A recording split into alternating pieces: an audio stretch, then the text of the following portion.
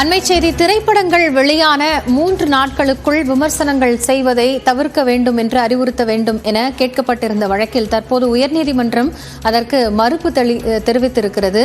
விமர்சனம் செய்வது என்பது கருத்து உரிமை என்றும் அதனை தடுக்க இயலாது என்றும் நீதிமன்றம் தெளிவாக குறிப்பிட்டிருக்கிறது. இது குறித்த கூடுதல் தகவல்களோடு நீதிமன்ற செய்தியாளர் மதன் இணைக்கிறார். அவரோடு பேசலாம்.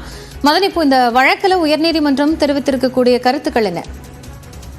கண்டிப்பாக, அதாவது சமீபத்தில் நடிகர் சூர்யா நடிப்பில் வெளியான அந்த கங்குவா திரைப்படம் சமூக ஊடகங்களில் எதிர்மறை விமர்சனங்கள் வெளியாகியிருந்தது. இதன் பின்னணியில் தான் இந்த ஒரு வழக்கு தொடரப்பட்டது. அதாவது இது போன்ற புதிய படங்கள் வெளியான 3 நாட்களுக்கு விமர்சனங்கள் வெளியிட தடை விதிக்க வேண்டும் என்று தமிழ் திரைப்பட தயாரிப்பாளர் சங்கம் சார்பில் தான் இந்த வழக்கு தொடரப்பட்டது.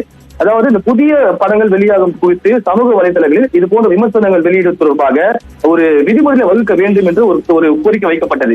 குறிப்பாக இது போன்ற பெரிய பட்ஜெட் படங்கள் வெளியாகும் போது அவை குறித்து இது போன்ற எதிர்மறை விமர்சனம் வைக்கப்படுவதால் படங்கள் தோல்வி அடைவதாகவும் மிகப்பெரிய பாதிப்பு ஏற்படும் தெரிவிக்கப்பட்டது. குறிப்பாக இது போன்ற எதிர்மறை விமர்சனங்களால் படத்தை பார்க்க விரும்பும் மக்கள் கூட அவருடைய மனநிலைகள் மாறப்படுவதாகவும் படத்தில் நடித்த நடிகை இயக்குனர் குறித்து அவதூறு பரப்பப்படுவதாகவும் தெரிவிக்கப்பட்டது. இந்த மனு இன்று நீதிபதி சவுந்தர் முன்பு விசாரிக்க வந்த போது அவதூறு பரப்பது குறித்து தேவைப்பட்டால் காவல்துறை புகார் அளிக்கலாம் என்று நீதிபதி தெரிவித்தார். அதே போல விமர்சனம் என்பது கருத்து சுதந்திரம் என்பதால் பொதுவாக இந்த வழக்கில் எந்த ஒரு உத்தரவு பிறப்பிக்க முடியாது. சில படங்கள் நல்ல விமர்சனம் பெற்று வருவதாக அவர் குறிப்பிட்டார். அது மட்டும் இல்லாமல் திரைப்படங்கள் அந்த வெளியான அந்த 3 நாட்களுக்கு அந்த விமர்சனத்தை வெளியிட தடை விதிக்க வேண்டும் என்ற இந்த ஒரு வழக்கு தொடர்பாக 4 வாரங்களில் பதிலளிக்க வேண்டும் என்று மத்திய மாநில அரசுகள் மற்றும் அந்த யூடியூப் நிறுவனத்திற்கு உத்தரவிட்டு இந்த வழக்கு விசாரணையை தள்ளி வைத்துள்ளார்.